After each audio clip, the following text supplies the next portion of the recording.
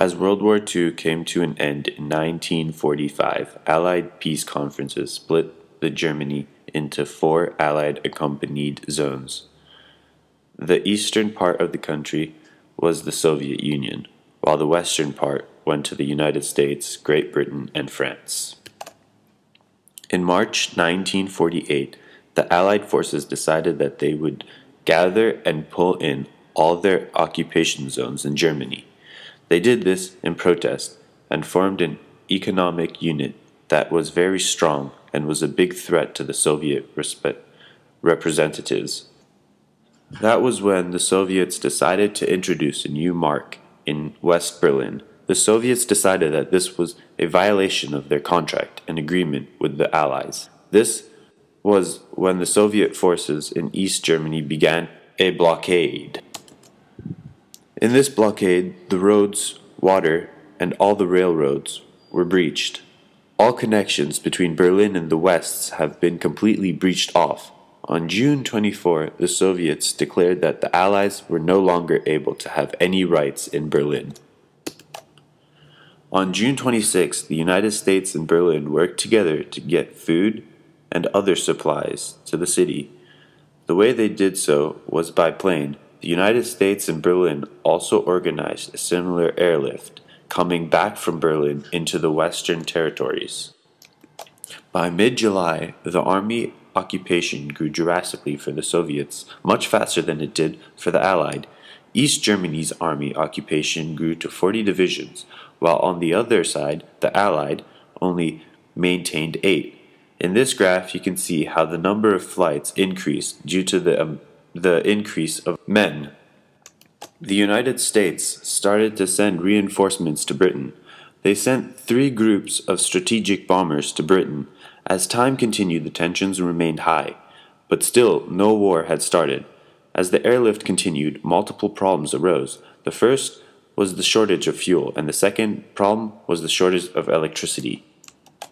Despite all the problems, the airlift kept West Berlin functioning for 11 months, but on May 12, 1949, the Soviet Union lifted the blockade.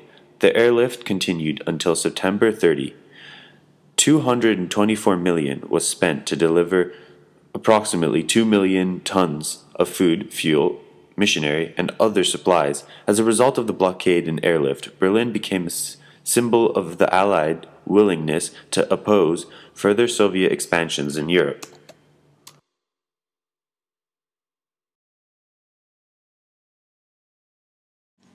The difference in the quality of living in East Germany and West Germany grew extremely different. West Germany set up a capitalist society and experienced such a rapid growth of their economy that it became known as the economic miracle. People living in West Germany had access to material goods and were able to travel as they pleased. The East was different. When East Germany became its own country, it was under the direct influence of the Soviet Union, and so a communist society was established. The economy dragged and individual rights became restricted.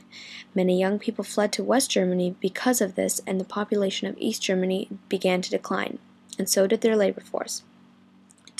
Desperate to keep their citizens, East Germany decided to build the Berlin Wall to keep them from leaving. In the middle of the night on August 13, 1961, the border between East Germany and West Germany was closed. The East German army began to tear up the streets, making them impossible to drive on. All this was done without the citizens knowing.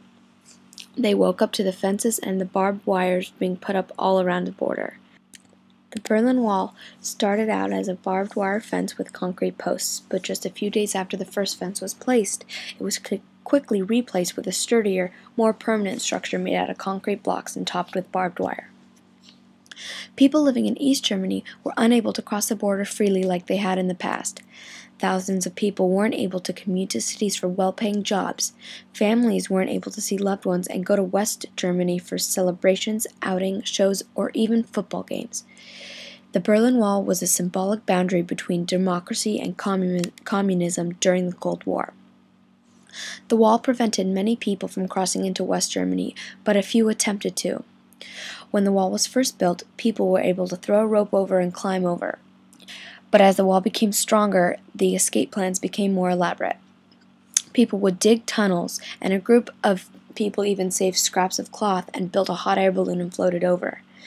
East German guards were told that they were allowed to shoot anyone who got too close to the wall, and sadly, hundreds of people died while attempting to cross the border. The wall was supposedly built to protect the people in East Germany from fascist ideas. The wall was built simply for the will of the people in order to maintain a socialist state. On November 9, 1989, the spokesman for East Berlin's Communist Party announced a change in his city's relations with the West. He said that starting at midnight that day, citizens of East Germany were free to cross the country's borders. At midnight, people celebrated and crossed the border into West Germany.